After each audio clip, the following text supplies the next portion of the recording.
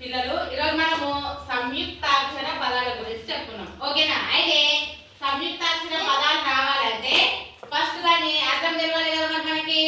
ఒకసారి చూడండి, సంయుక్తాక్షర పదం అంటే సంయుక్తాక్షరం అంటే ఏమిటి అంటే ఒక హల్లు అక్షరానికి వేరే హల్లు అక్షరం ఒత్తు. ఓకేనా? ఒత్తు వచ్చి చేర్చితే అంటే చేర్చడం ద్వారా వచ్చేదాన్ని ఏమంటాం మనము? సంయుక్తాక్షరం అని అంటాం అన్నమాట. మరి హల్లు అంటే ఎక్కడి నుంచి ఎక్కడి వరకు? మరి హల్లు అక్షరాలు ఎక్కడి నుంచి ఎక్కడి వరకు? దాని నుంచి బయట వరకు. అంటే కావొత్తు వచ్చి వేరే అక్షరానికి అంటే రావొత్తు రా అక్షరానికి కానీ అంటే ఒత్తులు అనేవి తారుమారు అంటే ఒక హల్లు అక్షరానికి వేరే హల్లు అక్షరం వచ్చినట్టు కానీ ఏమంటాము? సంయుక్తాక్షరం అంటాం. కానీ సంయుక్తాక్షరాలతో ఏర్పడే పదాలను అంటే అలాంటి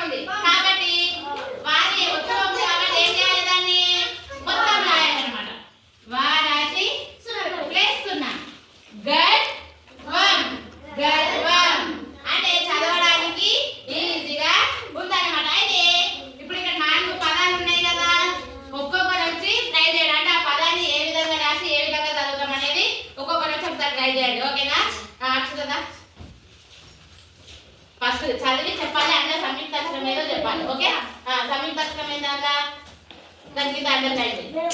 సంయుక్త అక్షరం కింద అండర్లైన్ చేయాలి. ఇప్పుడు రైట్ పెద్ద రాయి మంచి రాయి కనిపించదు. రా ఉంది కాబట్టి దాన్ని ఏం చేయాలి పొల్లు అక్షరం.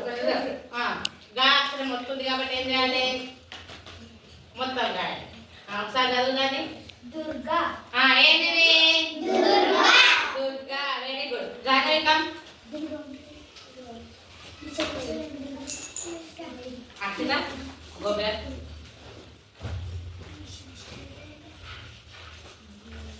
గుడి మనకి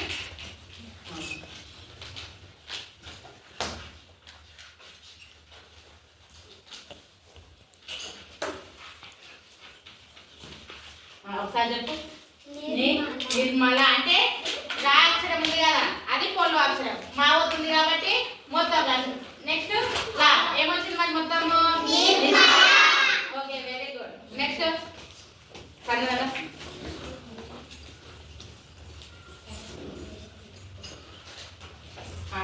ఆ సంయుక్త అక్షరం ఏందో దాన్ని అయితే ఓకే చెప్పండి.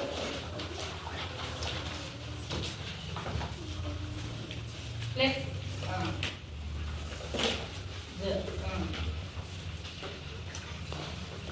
చెప్పు. అంటే అక్షరం వా ఉంది కాబట్టి వా, జా ఉంది కాబట్టి పొల్లు అక్షరం, రావతుంది కాబట్టి మొత్తం అక్షరం. మొత్తం ఏమైంది చదవండి ఒకసారి. వజ్రం. ఓకేనా వజ్రం. అంకితకం